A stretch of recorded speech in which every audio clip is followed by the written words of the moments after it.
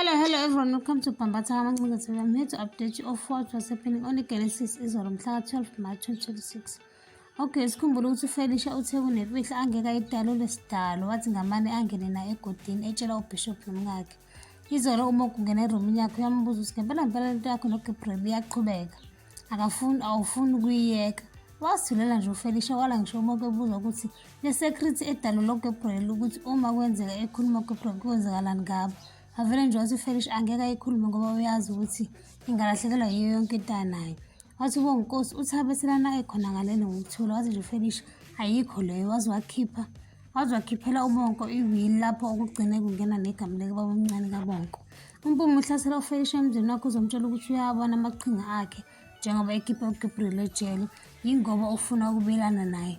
Wathi ayikho nje into abeyenzela uNoah bezenzela yena. Wathula nje uFelicia wambuka. Waqhubeka umpumi wathi nje ngicela ungasondela eduze kwendoda yami nasemalini yayo kanjalo nakwi-empire yayo.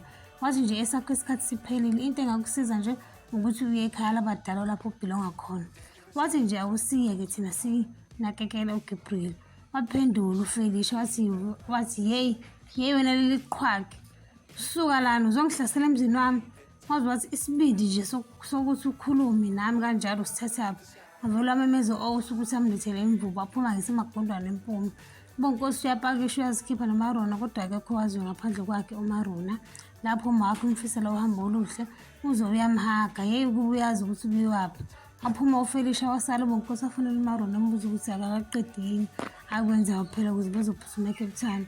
Washo khona ukuthi usekujahe kabi ukuthi ambone uMarona. Wendo uyangena usebona nesuitcase ukuthi kuyahanjwa efebuza uMarona ukuthi kuyaphi uya kwamanye ama-award. Waxakwa ngoba umpumi akaze amtshele lutho ngalokho wavele wangachaza into eziningi. Marona wamnika i-invitation card wamshiya kanjalo. Umpumi ungena kubo udiniwe ugane unwabu abuze uma wakho ukuthi iprint yakhe yokuchoka. Ambuze uma wakho uzoyenzani asho ukuthi ufuna ukuyochoka uFelicia kade emhubha ngemvubu. Abuze uma wakho ukuthi aze ahubhe ngemvubu kwenzakalini. Asho ukuthi kade umtshela ukuthi akahlukane nendoda yakhe phansi. Wathi ubani othe yenza lokho?